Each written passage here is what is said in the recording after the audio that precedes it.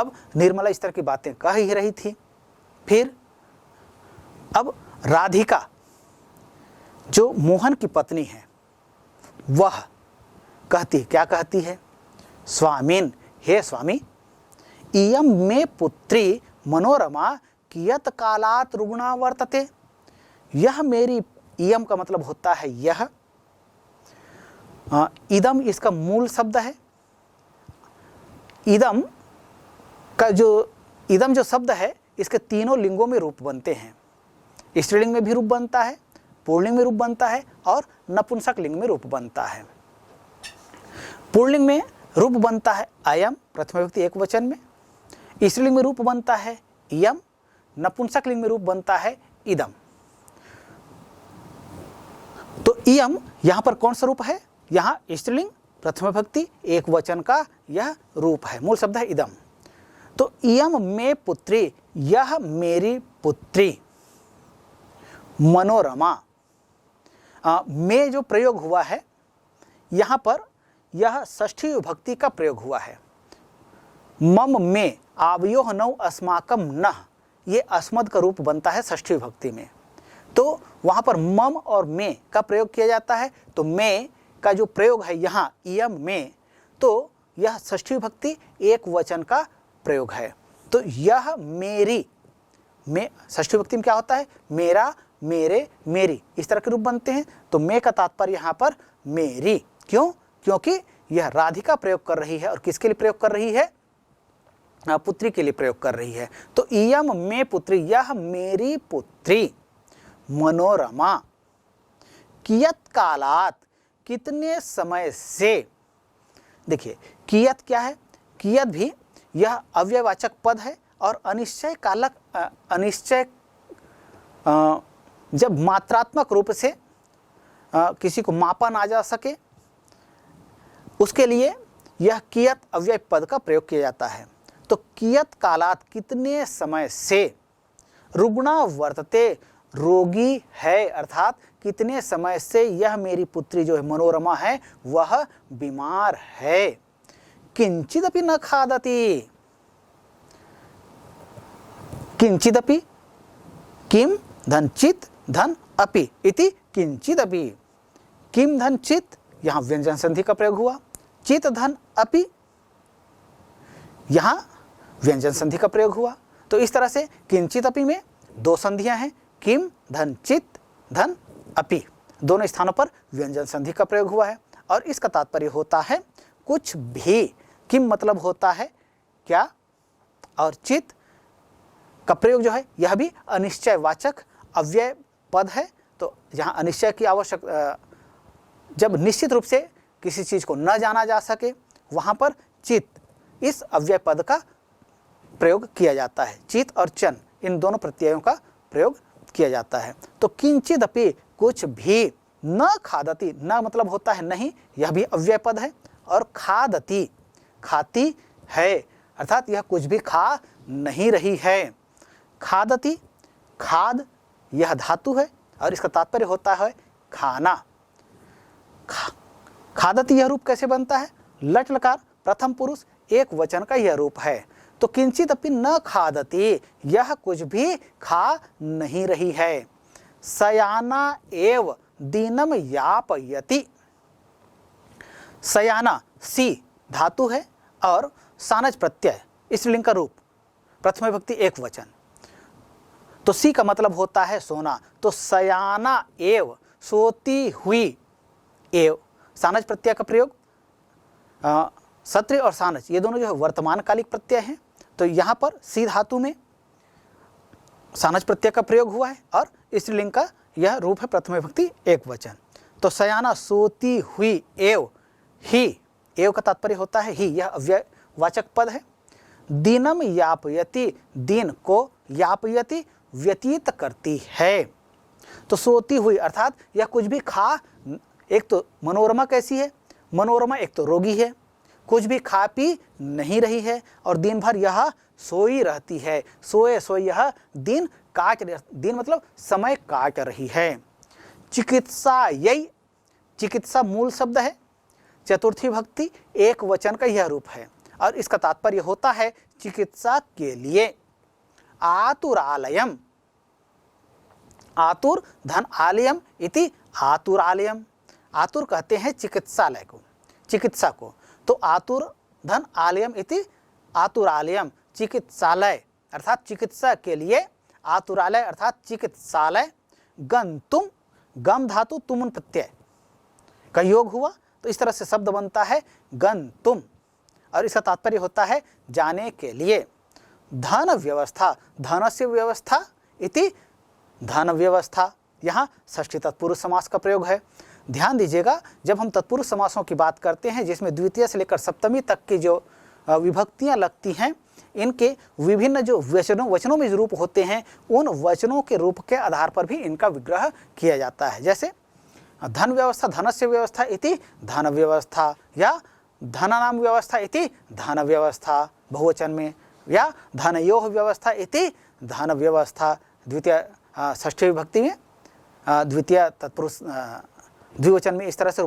तो इस तरह से हम एक वचन, द्विवचन, बहुवचन में भी हम षष्ठी तत्पुरुष या कहें कि तत्पुरुष समास के जितने उदाहरण होते हैं उन सभी को हम एक वचन, द्विवचन और बहुवचन में विग्रह कर सकते हैं।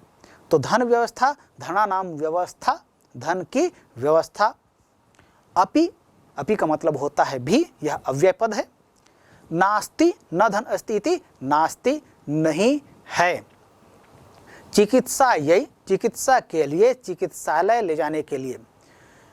धन की व्यवस्था भी नहीं है, मैं इन्हें चिकित्सा के लिए चिकित्सक के पास, वैद्य के पास ले जाना चाहती हूँ, लेकिन उनके पास जाने के लिए धन की आवश्यकता होगी, राशि की आवश्यकता होगी, लेकिन उसकी भी कोई व्यवस्था नहीं है, इसलिए इन्हें मैं चिकित्सा के लिए नहीं ले जा पा रही हूँ। ऐसा राधिका जो है अपने पति से कहती है।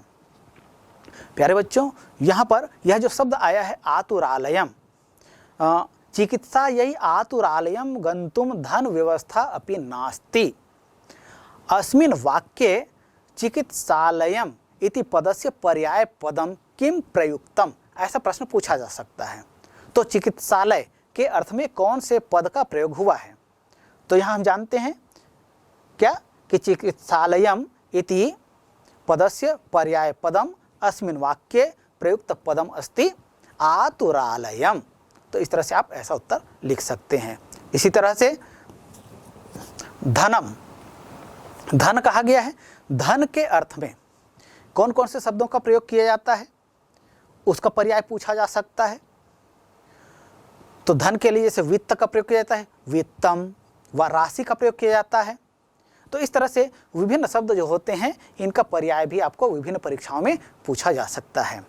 तो राधिका जो है इस तरह से अपनी कुछ समस्याएं मनोरमा से जुड़ी हुई, उनके स्वास्थ्य से जुड़ी हुई, वे अपने पति मोहन से कहती हैं। अब अभी मोहन, राधिका की बात समाप्त नहीं हुई थी कि सीता का वहाँ प्रवेश हो गया, और सीता कहती है, क्या कहती है? सीता जो है मोहन और राधिका की बड़ी पुत्री है। सीता कहती है, मम सख्युः रसिदायाः परिणयोत्सवः आसन्नो वर्तते, मम अन्याः सख्यः तु सहस्राणां रूप्यकाणां अभिनवान् उपहारान् दास्यन्ति, दास्यामि किमहं तस्यै 200 रूप्यकाणां व्यवस्थां विना कोऽपि उपहारः आपणात् न लप्स्यते। तो इस तरह से अब सीता चूंकि उनकी बड़ी लड़की है, बड़ी हो गई है, अब उनकी जो सहेलियां हैं, सखियां हैं, उनमें से कुछ सखियों का विवाह हो गया है, कुछ सखियों का विवाह अभी संपन्न होना है, और सीता भी अब विवाह योग्य हो चुकी हैं। तो यह सीता जो है वह अपनी सखी, इनकी सखी है एक जिनका नाम है रसिदा, उनका परिणय उत्सव अर्थात विवाह उत्सव अभी संपन्न होना है। तो उसके लिए इसकी जो सीता की अन्य सखियां हैं वे जो कि संपन्न घरों से हैं, इसलिए वे 1000 रुपयों अर्थात 1000 से अधिक राशि के नए नए उपहार अपनी सखी रसीदा को दे रहे हैं, किंतु सीता के समक्ष यह समस्या है कि वह क्या दे। चूंकि उनकी अभिन्न सखी है रसीदा, उन्हें कुछ देना है, अब वो क्या दें। दूसरी सखियां जो हैं 1000 रुपये से अधिक महंगी चीज़ों को उपहार के रूप में दे रही हैं, लेकिन अब यह उन्हें क्या दे। कम से कम 200 रुपयों की व्यवस्था के बिना बाजार में कोई ढंग का उपहार प्राप्त नहीं हो सकता है। इस तरह की बातें जो है सीता अपने पिता और माता से कहती हैं मम सख्युः, मेरी सखी, रसीदा याह, रसीदा का, परिणयोत्सवः, परिणय धन उत्सव इति परिणयोत्सवः। यहाँ पर गुण स्वर संधि का प्रयोग हुआ है। परिणयोत्सवः समास विग्रह करने चाहें तो परिणयस्य इति परिणयस्य उत्सवः इति परिणयोत्सवः, यहाँ पर षष्ठी तत्पुरुष समास का प्रयोग हुआ है। तो आसन्नः वर्तते, मेरी सखी रसीदा का परिणय उत्सव अर्थात विवाह निकट ही है, आसन्न है अर्थात आ ही गया है, निकट ही है। मम मतलब मेरे या मेरी, अन्याह दूसरी, सख्यः सखियां।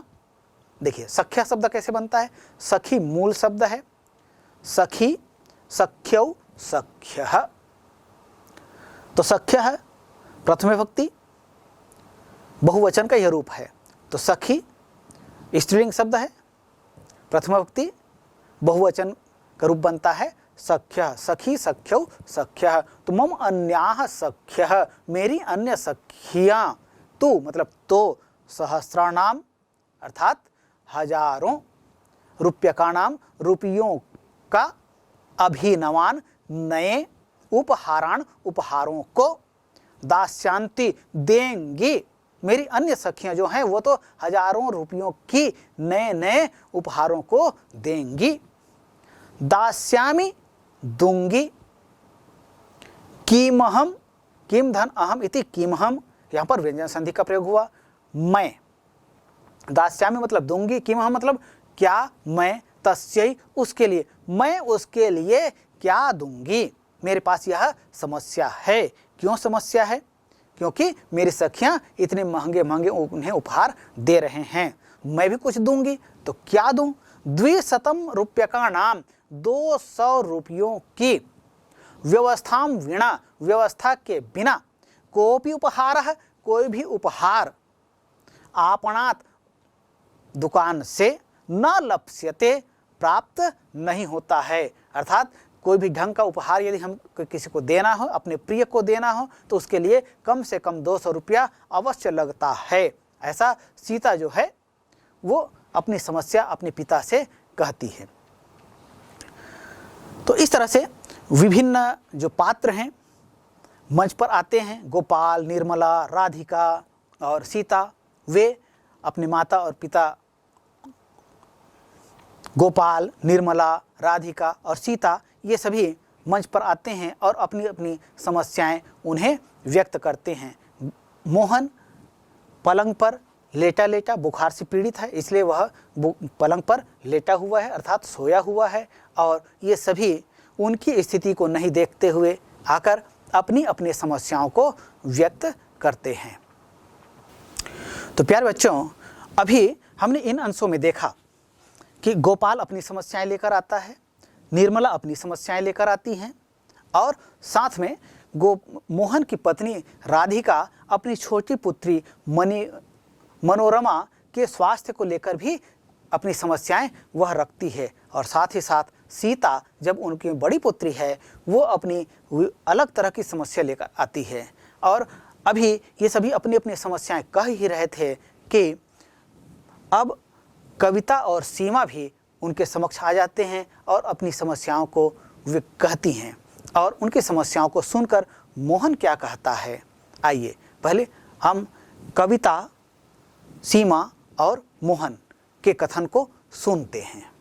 प्यारे बच्चों, दृश्य है, मोहन बुखार से पीड़ित है, पलंग पर सोया हुआ है, राधिका वहीं पर गृह कार्यों में संलग्न है और उनके विभिन्न बच्चे आते हैं और अपनी तरह तरह की समस्याएं उनके समक्ष व्यक्त करते हैं। अब मंच पर कविता का आगमन होता है और कविता आती है और वह भी अपनी कुछ समस्याएं व्यक्त करते हुए कहती हैं। क्या कहती हैं? मातः जीर्णानि मे सर्वाणि वस्त्राणि, मेरे सभी वस्त्र पुराने हो गए हैं। दीप मालिका पर्वणि तु नव वस्त्राणि परिधाय लक्ष्मी पूजनम करिष्यामि। दीप मालिका पर्वणि, दीप मालिका पर्व अर्थात दीपावली के पर्व में, तो तू को मतलब होता है तो, नव वस्त्राणि नवानि वस्त्राणि इति नव वस्त्राणि। नव वस्त्राणि यहाँ पर वस्त्रों की विशेषता बताई गई, इसलिए यहाँ पर कर्मधारय समास है। तो नव वस्त्राणि नवानि वस्त्राणि, तो नए वस्त्रों को परिधाय धारण पहन करके लक्ष्मी पूजनम, लक्ष्मी का पूजन, करिष्यामि करूंगी। तो मातः, हे माता, जीर्णानि, जीर्ण मूल शब्द है और जीर्णानि कहें तो प्रथमा और द्वितीय विभक्ति में बहुवचन के रूप में यह प्रयुक्त होता है। जीर्णम जीर्णे जीर्णानि, तो जीर्णानि में, मेरे, में शब्द जो है यहाँ पर षष्ठी विभक्ति का रूप है। मम में आवयोः नौ अस्माकं नः से, तो जीर्णानि में सर्वाणि, सभी, सर्व मूल शब्द है प्रथम विभक्ति और बहुवचन, प्रथम विभक्ति और द्वितीय विभक्ति में के बहुवचन में इसका रूप बनता है सर्वाणि। तो सर्वाणि यह प्रथम विभक्ति और द्वितीय विभक्ति बहुवचन का रूप है। तो जीर्णानि में सर्वाणि वस्त्राणि, मेरे सभी वस्त्र जो है जीर्ण हो गए हैं अर्थात पुराने हो गए हैं। दीप मालिका पर्वणि, और दीपावली के पर्व में। पर्वणि यह शब्द कैसे बनता है? पर्व मूल शब्द है, तो दीप मालिका पर्वणि, दीपावली के पर्व में, तू, तो नव वस्त्राणि, नए वस्त्रों को परिधाय पहन करके लक्ष्मी पूजनम करिष्यामि, लक्ष्मी पूजन करूंगी। इन पुराने वस्त्रों को पहन करके मैं दीपावली के समय लक्ष्मी का पूजन नहीं करूंगी, अर्थात दीपावली में मुझे नए कपड़े चाहिए। इस तरह से कविता जो है अपनी मांग अपने पिता के समक्ष रखती है। अब कविता इस तरह की अपनी बातें कह ही रही थी कि वहाँ अब सीमा का प्रवेश हो गया। सीमा मोहन और राधिका की ही पुत्री हैं। अब वह सीमा कहती है, क्या कहती है? सीमा कहती है, पितः नगरे सर्वत्र दीपमालिका पर्वणः शुभागमने अग्निक्रीडनकानां पटापट शब्दः श्रूयते। अस्माकं गृहं न शोधितं न धवलीकृतं, मम सखीभिः तु प्रभूतेन धन व्ययेन कृतानि अग्निक्रीडनकानि। इदानीं तु अहमपि 500 रूप्यकाणाम् अग्निक्रीडनकानि क्रेतुम इच्छामि। तो इस तरह से सीमा जो है बातें कहती हैं और उनकी बातें, चूँकि दीपावली का समय है और दीपावली के समय आप सभी जानते हैं, आप सबके घर भी अच्छे तरह से रंग रोगन किए जाते हैं, साफ सफाई की जाती है और बच्चों में उत्साह होता है, आप में भी उत्साह होता है। किसका? अग्नि क्रीडनकम, इसको कहते हैं फटाकों को। तो फटाकों को फोड़ने की जो पटापट की आवाज़ होती है, ये बड़ा अच्छा लगता है ना आपको? हाँ, तो वैसा ही सीमा भी इसी तरह की इच्छा रखती है और वह देखती है, क्या देखती है कि उनकी जो सखियां हैं उनका घर जो है बढ़िया साफ किया गया है, सुंदर किया गया है, रंग से पोत लिया गया है अर्थात रंगीन कर लिया गया है और तरह तरह के विद्युत उपकरणों से उन्हें सजा दिया गया है। तो हम नगरों को देखते हैं, गांवों को देखते हैं, दीपावली का समय कितना सुंदर दृश्य दिखाई देता है। सबके घरों में दिए जलते हैं, छोटे छोटे बच्चे पटाखे फोड़ते रहते हैं। तो इस तरह का दृश्य जो है निश्चित रूप से न केवल बच्चों के लिए अपितु बड़ों के लिए भी आनंददायक होता है। सीमा चूँकि बच्ची है और केवल वह नहीं, उसकी अन्य जो सखियां हैं उनके घर में तो बहुत सारे पटाखे भी लाए गए हैं। तो बच्चों का यह स्वभाव होता है, जब हम दूसरे के पास कोई अच्छा खिलौना देखते हैं तो हमको भी लगता है कि नहीं, हमारे पास भी होना चाहिए। आपको भी लगता है ना? हाँ, तो ऐसा ही सीमा को भी लगता है। तो सीमा की सखियों के घर में बहुत सारे पटाखे उनके माता पिता या जो पालक हैं उनके द्वारा लाया गया है और उन सबको बताया गया है कि ये फटाके जो है किस किस तरह से हैं, कौन सा फटाका है वो कितना आवाज़ करता है, किस फटाके को कैसा फोड़ा जाता है और कौन सा फटाका है जो केवल प्रकाश देने वाला है, जो आवाज़ नहीं करता है। तो प्रकाश भी तरह तरह के होते हैं। कुछ फटाके इस तरह के होते हैं जो केवल प्रकाश देने वाले होते हैं। कुछ फटाके होते हैं जिनको बच्चे जो है हाथ में लेकर इस तरह से चलाते हैं और कुछ फटाके होते हैं जो अग्नि के संपर्क में लाएं तो एक विशाल रूप अग्नि का हो जाता है। तो इस तरह के तरह तरह के फटाके सीमा की सखियों ने लाया है और उनको वो दिखाई, उन सखियों ने सीमा को दिखाया भी है। स्वाभाविक होता है, यदि आपके पास कोई खिलौना आता है या कोई फटाका आता है, आप अपने मित्रों को दिखाते हैं ना, तो इसी तरह से सीमा की सखियों ने सीमा को दिखाया है। इसलिए अब सीमा के मन में भी यह भाव जागृत हो गया है कि जब मेरी सखियों के पास इस तरह के फटाके हैं तो मेरे पास भी होना चाहिए। तब वह घर आकर के अपने पिता मोहन से कहती है, क्या कहती है?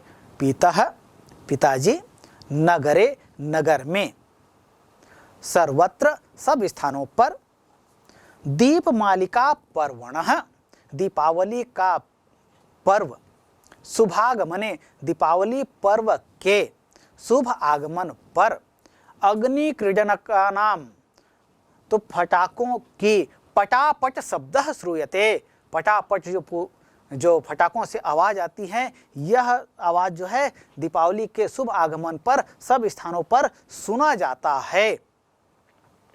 अस्माकम गृहम, अस्माकम हमारा, अस्माकम शब्द कैसे बनता है? अस्मद शब्द है, षष्ठी विभक्ति, बहुवचन का यह रूप है। मम आवयोः अस्माकम, तो अस्माकम हमारा, गृहम घर, न नहीं, शोधितम शुद्ध किया गया है, शोधित किया गया है, धोया गया है, न धवलीकृतम और न ही इसको न तो शुद्ध किया गया है और न ही रंग रोगन किया गया है। अर्थात विभिन्न रंगों के प्रयोग से हम साफ करते हैं अपने घरों को, क्या करते हैं? पहले स्वच्छ करते हैं और फिर रंगों से युक्त करते हैं। किंतु अस्माकम गृहम, हमारा घर न तो शोधित किया गया है और न ही धोया ही गया है, अर्थात हमारे घर को साफ भी नहीं किया गया है और रंगों से पुताई आदि भी नहीं किया गया है। मम सखी भी है, मेरी सखियों के द्वारा तो, मम सखी भी है तो मेरी सखियों के द्वारा तो, सखी भी है यह शब्द कैसे बनता है? सखी मूल शब्द है, तृतीय विभक्ति बहुवचन का यह रूप है और इसका तात्पर्य होता है मेरी सखियों के द्वारा तो प्रभुतेन धन व्ययेन, अर्थात प्रभुतेन अत्यधिक धन के व्यय से कृतानि खरीदे गए अग्नि क्रीडनकानि, तो आग से चलने वाले जो खिलौने या फटाके हैं वे खरीदे गए हैं। कैसे? मेरी सखियों के द्वारा बहुत अधिक धन व्यय करके बहुत से फटाके खरीदे गए हैं। इदानीम तो, इस समय में, देखिए आपके घर में बहुत सारे इस तरह के फटाके खरीदे गए होंगे, आपने भी फटाके चलाए होंगे, आप भी इन फटाकों को चलाते हैं ना? हाँ, तो इन फटाकों को चलाने में बड़ा आनंद आता है। हाँ, लेकिन एक चीज़ ध्यान रखना है आपको, इन फटाकों को चलाते समय आपको सावधानियां रखनी हैं, क्योंकि कभी भी कोई दुर्घटना हो सकती है। तो किसी भी दुर्घटना से बचना आवश्यक है। कोई भी पर्व उत्साह से मनाया जाता है, प्रसन्नता से मनाया जाता है, लेकिन फटाकों से यदि कोई हानि हो गई तो पूरा उत्साह जो है यह नष्ट हो सकता है। तो इसलिए सावधानी आवश्यक है। पटाखों को आप चलाएं, बड़ों की उपस्थिति में चलाएं और पूरी सावधानी के साथ चलाएं। तो सीमा भी इन फटाकों को अपनी सखियों के पास देख कर आई हैं। वो ऐसे फटाकों को खरीदना चाहती हैं। तो इसके लिए कहती है, क्या कहती है? इदानीम, तो इस समय, तो अहमपि, मैं भी, अहम धन अपि इति अहमपि व्यंजन संधि का प्रयोग हुआ। तो इस समय मैं भी 500 रूप्यकाणाम, पंच मतलब होता है 5, सत मतलब होता है 100, 500 रुपयों का अग्नि क्रीडनकानि फटाके क्रेतुम इच्छामि, खरीदने की इच्छा रखती हूँ। तो इस तरह से मोहन का जो परिवार है, इस परिवार में जितने सदस्य हैं वे सभी किसी न किसी तरह से मोहन से धन संबंधी बातें करते हैं। अर्थात उन्हें दीपावली का पर्व भी है, कुछ बच्चे विद्यालय में पढ़ रहे हैं, उनको अलग अलग आवश्यकताओं के लिए धन की आवश्यकता है। कोई बच्ची बीमार है, उसके लिए धन की आवश्यकता है। किसी का विवाह हो रहा है तो उसको उपहार देना है, इसके लिए धन की आवश्यकता है। और कोई नए वस्त्र पहनने के लिए, फटाके खरीदने के लिए धन की मांग कर रही हैं। तो इस तरह से सभी बच्चे जो है विभिन्न मांगों को अपने पिता मोहन से रखते हैं। अब मोहन इन सभी बातों को पलंग पर सोए सोए, क्योंकि वह भी बीमार है, उसका शरीर जो है बुखार से तप रहा है, इसलिए वह पलंग पर सोया हुआ है। और ये सभी लोग उनकी अवस्था को जानते हुए भी, नहीं जानते हुए भी अपनी समस्याओं को, वैसे भी बच्चे हैं तो बच्चों को अपनी जो बातें हैं वो तो बड़ों से कहनी है, तो वे कह भी रहे हैं। तो इन सभी बातों को सुनकर मोहन क्या सोचता है, मोहन क्या कहता है, आइए देखते हैं। मोहन कहता है, न पश्यत यूयम मम अवस्थाम ज्वरेण वेपते मे शरीरम, एकतः रुग्णावस्था अपरतः स्वार्थ प्रेरिता यूयम सर्वे स्वमनोरथान एव पश्यत, सत्यमेवोच्यते छिद्रे स्वनर्थाः बहुली भवन्ति। अब मोहन कहता है, क्या कहता है? न पश्यत, नहीं देख रहे हो। न का मतलब होता है नहीं, और पश्यत यह शब्द कैसे बना? यह शब्द जो है इसका मूल है दृश्य। दृश्य का मतलब होता है देखना।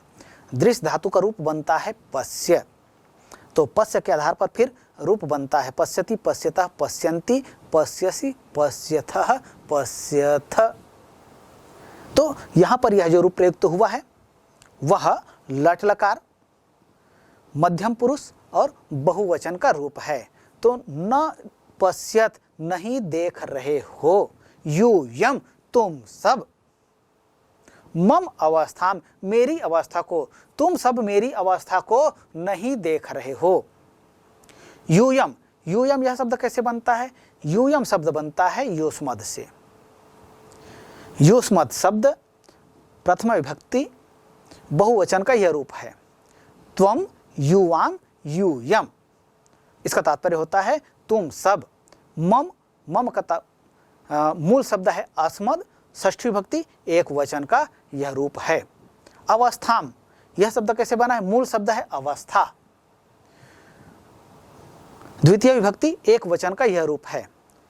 तो नहीं देख रहे हो तुम सब मेरी अवस्था को, ऐसा मोहन कहता है। अर्थात मेरी अवस्था को तुम लोग नहीं देख रहे हो।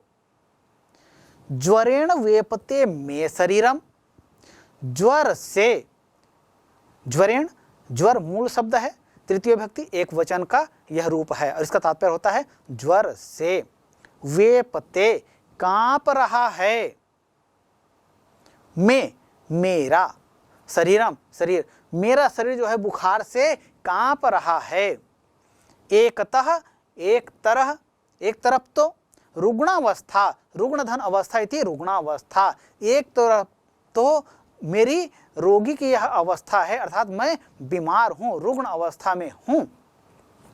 अपरतः दूसरी ओर स्वार्थ प्रेरिता, स्वार्थेन प्रेरिता इति स्वार्थ प्रेरिता, यहां तृतीय तत्पुरुष समास का प्रयोग हुआ है। अर्थात दूसरी ओर स्वार्थ से प्रेरित यूयम सर्वे, तुम सब के द्वारा स्व मनोरथान, अपने मनोरथों को एव ही पश्यत, देख रहे हो। स्व मनोरथान, यहां मनोरथ शब्द है, इसमें द्वितीय विभक्ति बहुवचन का प्रयोग हुआ है। तो स्व मनोरथान, अपने मनोरथों को, एक तरफ तो मैं बीमार हूं अर्थात मेरी बीमारी की अवस्था है, और दूसरी तरफ तुम लोगों का अपने अपने स्वार्थों से प्रेरित अपने मन की इच्छाएं हैं, और केवल तुम सब मेरी अवस्था को नहीं देख रहे हो और केवल अपने मनोरथ को ही देख रहे हो।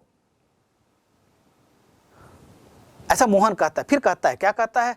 सत्यमेवोच्यते, सत्यम धन एव धन उच्यते। सत्यम धन एव, यहां व्यंजन संधि का प्रयोग हुआ। एव धन उच्यते, यहां गुण स्वर संधि का प्रयोग हुआ। उच्यते वच धातु है, लट लकार, प्रथम पुरुष एक वचन का यह रूप है। तो सत्य ही यह कहा गया है। क्या कहा गया है? छिद्रेष्वनर्था बहुली भवन्ति, छिद्रेषु धन अनर्थाः इति छिद्रेष्वनर्थाः। छिद्रेषु अर्थात विपत्तियों में, अनर्थाः अनर्थ, बहुली बहुत अधिक, भवन्ति होते हैं। अर्थात जब समस्याएं आती हैं, जब विकट स्थिति होती है, तब तरह तरह की समस्याएं आती हैं। अर्थात विपत्ति अकेली नहीं आती है, विपत्ति के साथ और तरह तरह के विघ्न भी साथ में आते हैं। तो इस तरह से मोहन का जो परिवार है और उसके जो परिवार के विभिन्न सदस्य हैं, उन सब की अपनी अपनी समस्याएं, वे अपनी समस्या मोहन के समक्ष रखते हैं और मोहन भी अपनी समस्या उन सब के समक्ष रखते हुए कहते हैं, छिद्रेष्वनर्थाः बहुली भवन्ति। अब ये संवाद ऐसा चल ही रहा है। प्यारे बच्चों, अभी हमने देखा है मोहन का परिवार। मोहन का परिवार बड़ा है, इसमें विभिन्न सदस्य हैं। बहुत अधिक सदस्य होने के कारण परिवार जो है विभिन्न तरह की समस्याओं से घिरा हुआ है।